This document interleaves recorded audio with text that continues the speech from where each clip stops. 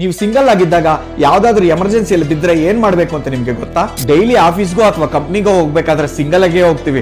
ನಮ್ಮ ಮನೆಯವರು ಅಥವಾ ನಮ್ಮ ಫ್ರೆಂಡ್ಸ್ ಯಾರು ನಮ್ ಜೊತೆ ಬರಲ್ಲ. ಮೊಬೈಲ್ ಇದೆ ಅಂದ್ಮೇಲೆ ಕಂಪಲ್ಸರಿ ಪ್ಯಾಟರ್ನ್ ಅಥವಾ ಪಾಸ್ವರ್ಡ್ ಇಟ್ಟಿರ್ತೀವಿ. ಸಡನ್ ಆಗಿ ಮೂರ್ಛೆನೆ ಹೋದ್ರಿ ಅಥವಾ ನಡಿಬಾರ್ದು ಏನಾದ್ರೂ ನಡೀತೆ ಅನ್ಕೊಳ್ಳಿ, ಆಗ ನಮ್ಮ ಮನೆಯವರಿಗೆ ತಿಳಿಸೋರು ಯಾರು? ಮೊಬೈಲ್ ಬೇರೆ ಲಾಕ್ ಆಗಿರುತ್ತೆ, ಯಾರು ಆ ಮೊಬೈಲ್ ಇಂದ ನಿಮ್ ಮನೆಯವ್ರಿಗೆ ಕಾಲ್ ಮಾಡಕ್ಕಾಗಲ್ಲ. ಅಂತ ಸಿಚುಯೇಷನ್ ಬರಬಾರ್ದು.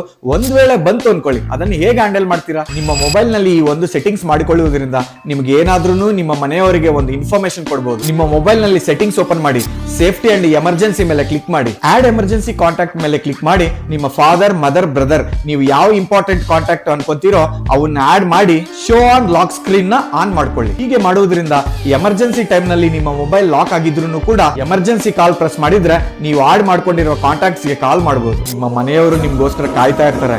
ಹೊರಗಡೆ ಎಲ್ಲೇ ಹೋದ್ರೂ ಜವಾಬ್ದಾರಿಯಿಂದ ಮನೆಗೆ ಹಿಂದಿರುಗಿ. ಇನ್ಫಾರ್ಮೇಶನ್ ಇಷ್ಟವಾದಲ್ಲಿ ಲೈಕ್, ಶೇರ್ ಮತ್ತು ದಯವಿಟ್ಟು ಒಂದು ಸಬ್ಸ್ಕ್ರೈಬ್ ಮಾಡಿ.